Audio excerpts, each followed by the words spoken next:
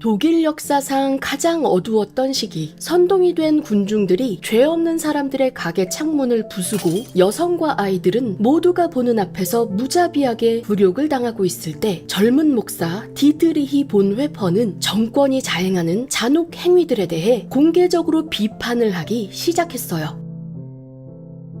수년간 사람들의 생각을 바꾸기 위해 노력을 해오던 어느 날 저녁, 집으로 돌아온 본 회퍼에게 그의 아버지는 두 사람이 방 안에서 그를 연행하기 위해 기다리고 있다고 전해야만 했어요.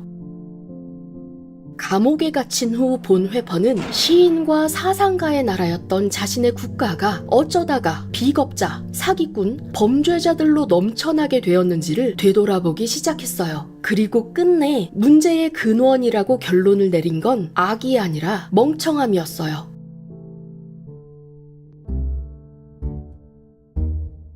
본 회퍼는 그의 유명한 옥중 편지에서 선에게 멍청함이란 악보다 더 위험한 적이라고 주장했어요. 사람들이 악한 것에는 대항할 수도 있고 무력을 사용해서 악을 폭로하고 예방할 수도 있지만 멍청함에 대해선 대처할 방법이 없으니까요. 저항하는 것도 무력을 사용하는 것도 아무 소용이 없어요. 이성적인 논리에 귀를 닫고 있으니까요.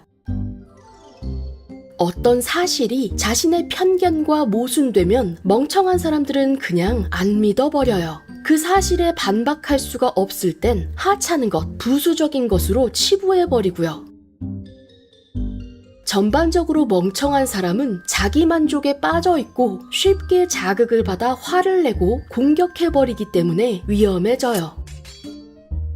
그렇기 때문에 멍청한 사람을 대할 때는 악한 사람을 대할 때보다 더 조심해야 해요. 멍청함을 극복하고 싶다면 먼저 우리는 그 본성을 이해하려 노력해야 합니다. 확실한 건 멍청함은 근본적으로 지능의 문제가 아니라 인격의 문제예요. 머리 회전은 굉장히 빠르지만 멍청한 사람도 있고 사고 속도는 느리지만 전혀 멍청하지 않은 사람도 있어요. 그러니까 멍청함은 선천적인 결함이 아니라는 걸 알 수 있죠. 특정한 상황에서 사람들이 멍청한 사고를 하도록 유도되거나 오히려 스스로 그렇게 되도록 내버려 두는 거죠. 이런 결함은 사회적 교류가 적은 사람들보다 활발한 사람들에게서 더 많이 발견돼요. 따라서 아마도 멍청함은 정신적인 문제라기보다 사회적인 문제로 보여요. 명백한 건 정치적이든 종교적이든 그 어떤 종류의 권력도 강력해지면 상당한 사람들을 멍청하게 만들어버려요. 마치 이건 사회심리학적 법칙과 같아요. 권력이란 건 사람들의 멍청함을 필요로 한다는 거예요. 이럴 때의 프로세스는 지능과 같은 능력이 갑자기 고장나는 게 아니에요. 대신 권력이 강해지면 그 영향력이 인간들을 압도하면서 자립심을 잃게 만들고 때론 의식적으로 인간 스스로 자기의 자율성을 포기해버리는 거죠.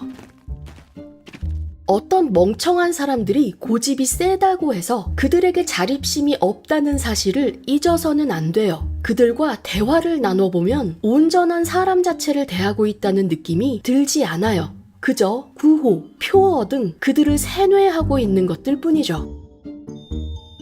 주술에 걸려 눈이 멀고 악용되면서 그들의 본질적인 존재가 학대당하고 있는 거예요. 꼭두각시 같은 도구가 되어 그 어떤 악한 행위라도 저지르면서 그게 악하다는 사실 자체도 인식하지 못하죠. 교육이 아니라 오직 해방만이 멍청함을 극복하게 할 수 있어요. 이 부분에서 우리가 납득해야 하는 건 진정한 내적 해방은 외부적인 해방이 선행되었을 때만 가능하다는 거예요. 그러기도 전에 멍청한 사람들을 설득하려는 그 어떠한 시도도 아무 소용이 없어요. 본 회퍼는 1945년 4월 9일 새벽 플로센부르크 수용소에서 히틀러에 대한 음모에 연루된 이유로 죽임을 당했는데 미군이 그 수용소를 해방시키기 겨우 2주 전이었죠. 실천은 생각을 하는 데서 나오는 게 아니라 책임질 준비를 하는 것에서 나온다. 한 사회의 도덕성은 후손들에게 물려준 세상을 보면 알 수 있다 라고 본회퍼는 말했어요. 아래 설명란을 확인하시면 본회퍼가 쓴 원문 10년 후를 확인하실 수 있습니다. 더 많은 본회퍼의 자료를 원하신다면 sproutsschools.com을 방문해보세요. 이 영상이 유용하셨고 저희를 지원하신다면 구독 혹은 패트리온으로 도움을 주세요.